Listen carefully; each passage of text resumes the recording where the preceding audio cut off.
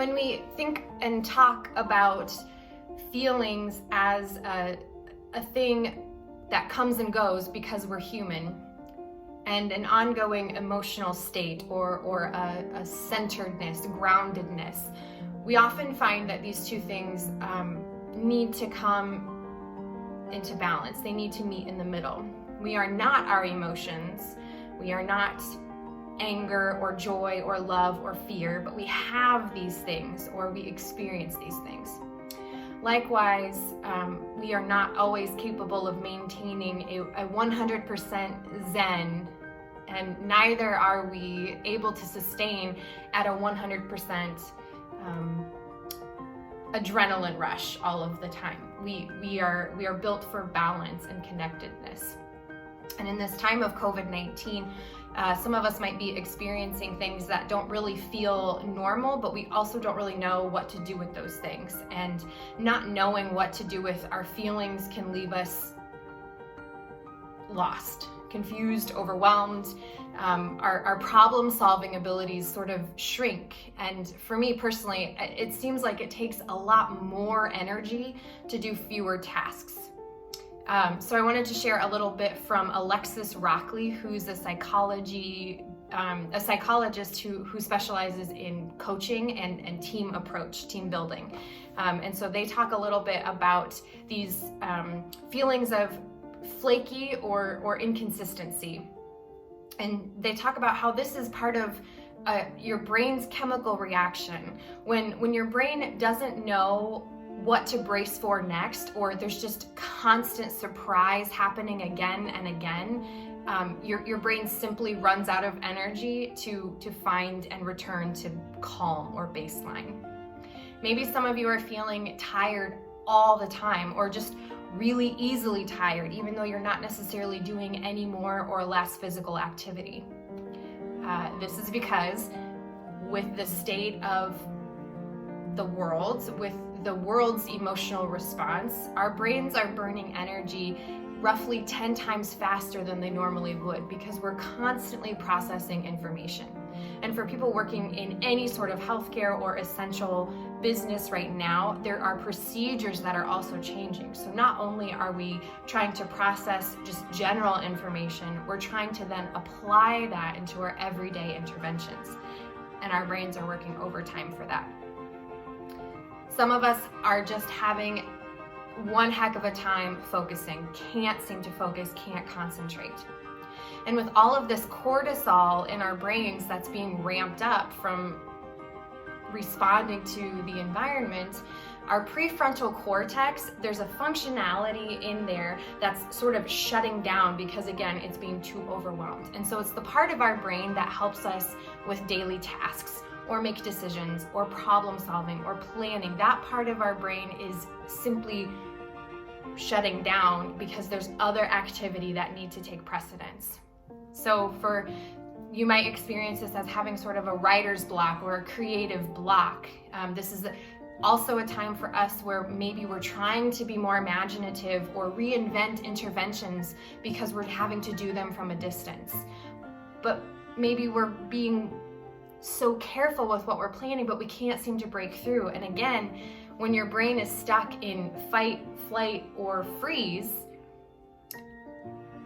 your energy is being diverted. So in a pre-COVID-19 context, perhaps you could sit down at your desk or in your car, or have a moment to sort of think through and problem solve an idea. But right now, the brain's energy is constantly trying to figure out, am I in danger? Should I move? Should I sit still? What's happening?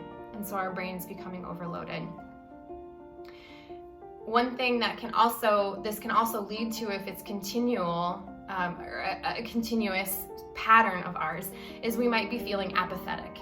We've used up so much energy trying to think and plan, and we're stuck, that maybe that slowly melts into apathy. I just don't care. I don't know when this is going to change. I don't know how it's going to change when it does. Why even bother? I'm not going to plan. I'm not going to set goals for myself or my project. I just wash my hands of it, kind of thing. Again, This isn't necessarily, none of these responses are personal failures or are moral responses. They have no moral bearing on who we are. This is part of what it means to exist in this moment in time. Other things that she talks about, some of you, I know for me, some of us might be having crazy dreams. I mean, maybe you're having a hard time falling asleep or staying asleep, or the opposite. Once you hit the pillow, your dreams are just out of control. And again, this is a very common response. So one of the things that, for those of us who are field clinicians, one of the phrasings that often comes for our charting is this idea of normalizing a situation. And this time isn't particularly normal. However, our responses are normal. So one thing that I wanted to kind of share today, one thing that I've been thinking about is, what does it mean to have a normalized stress response without normalizing the stressor, right? I am an emotional creature. I can feel and I can process, and I can also acknowledge that this is a roller coaster in time, and it's not going to stay this way forever. And here's just one little example that I wanted to share about that. This is a jade plant. You can see it's sort of succulent type, but it's bigger than that. And this plant, actually, if I can manage this, came from this giant plant. Okay, that whole thing is a jade plant. And this was actually my brother-in-law's grandmother's plant. She's had it for literally decades, and over the years it's outgrown its pot, so they've had to trim it back, and it's been given repotted and given away as gifts. So about a year ago I got this jade plant, and it's already doubled in size. So here's the thing about jade plants. Sometimes the leaves, sometimes they fall off.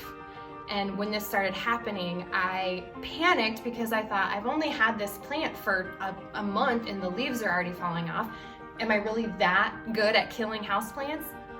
But I was told to let the leaves sit in the dirt, let it settle for a little bit, and just watch and see what happens. And sure enough, as I continued to water the plant, you